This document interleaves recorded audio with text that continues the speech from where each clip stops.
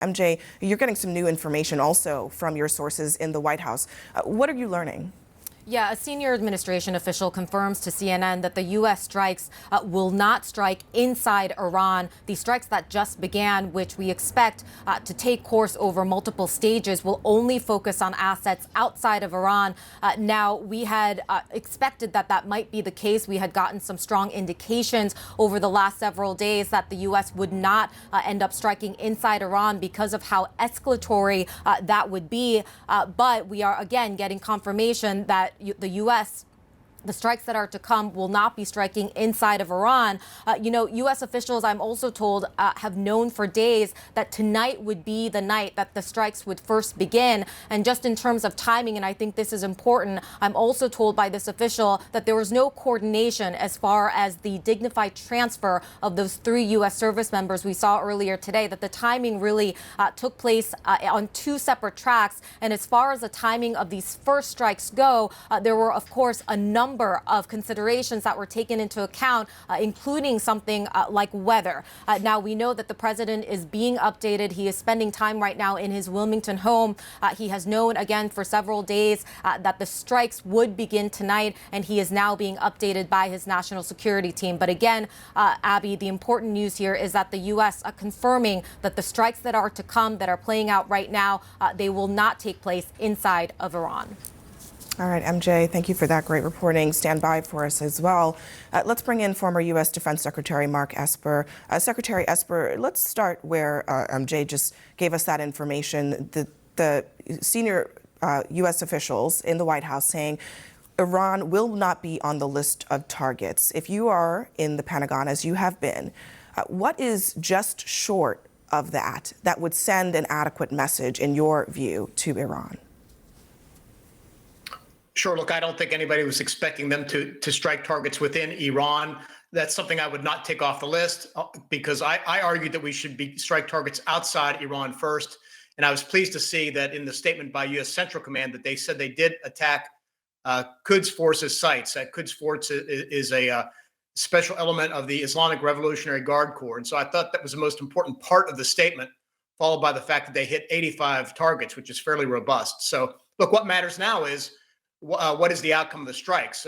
We'll have a better battle damage assessment tomorrow morning, their time, once the night lifts, we can see what happened, and then what will be the responses by Iran and or its militia groups. Now, part of that, the battle damage assessment will be: do the targets need to be hit again? Does intelligence pick up that militia groups, militia leaders ran and are hiding somewhere else? So there's a lot more to play out here. But again, I was not surprised that they did not strike targets within Iran. So based on what we've been hearing this hour about these strikes, you just talked about the scope of it, 85 targets, but our sources also telling us they potentially have struck supply lines along the Euphrates. Do you have a sense of how significant that is for these Iran-backed militias? It's significant in the sense that striking supply depots, supply lines, warehouses, launch sites, things like that will degrade and disrupt the ability of these militia groups to continue additional attacks against U.S. forces for some limited amount of time.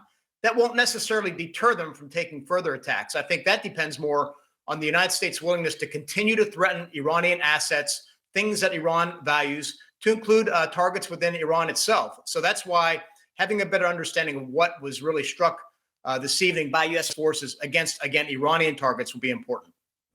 So take us inside of the room here to the Pentagon and the White House. The president and the defense secretary clearly deliberating for some days about these decisions. What are they weighing?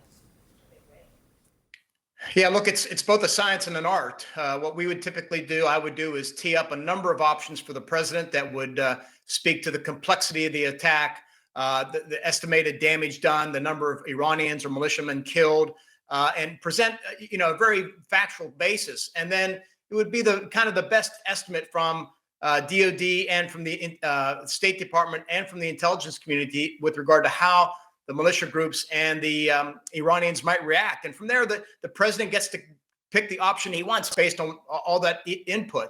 And again, I suspect that they decided that they didn't want to strike within Iran. That makes sense to me. but knew they needed to do more than just hit the militia groups. So that's why I think targeting the Quds forces was a smart move.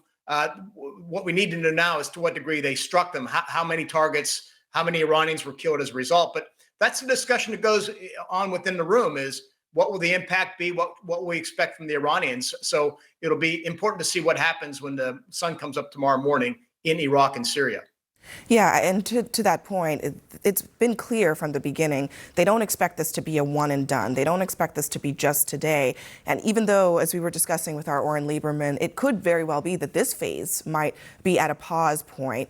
Over the next couple of days, what could those targets look like? Do you expect that there could be officials, personnel targeted, not just supplies? Absolutely. I think all the above. Again, first things first is we'll get a better battle damage assessment of how well destroyed the first primary targets were. If they need to be hit again, they likely will be hit again. But then you start looking at secondary targets. And then, of course, your calculus changes based on how the militias or Iran responds. If they want to respond, 1-to-1, if you will, then I think we ratchet up our game and we go to the next level of response. You could go after Iranian naval vessels in the Persian Gulf. You could go after oil platforms. But I think, look, this is a very important moment in the president's administration, in his 3+ years now in office. It's up there with the Afghan withdrawal. It's up there with the Russian invasion of Ukraine. How he responds today and in the following days will be important. It will dictate the course of how Iran and the militia groups will deal with the United States over the next several months, up to and through the election. A critical point there. I want to get your take, though. When we talk about escalation and the risk of this becoming a broader conflict, there's the United States' retaliation. Could there be a retaliation against this retaliation? And what could that look like? What could the danger be for U.S. troops and assets in the region? Oh, sure. Look, absolutely. Iran retaliated when, after the Trump administration, we took out General Soleimani. Remember, they struck a U.S. air base and with ballistic missiles, and then they said they had enough. So, look, they could respond against U.S. targets more forcefully in the region, or they could respond against U.S. targets in some of our partner countries, such as UAE, Saudi Arabia, et cetera. So, one thing that folks aren't talking about that's important is that the Arab states are watching very closely what happens, not just with regard to targets destroyed, but also with regard to how boldly the administration took action and how Iran responds. And so they want to get a good assessment of where this administration will stand, but also what are the consequences for them as this plays out over the coming days and weeks. That's right. A major story and a major moment, as you laid out, for President Biden. Former Defense Secretary Mark Esper, thank you very much.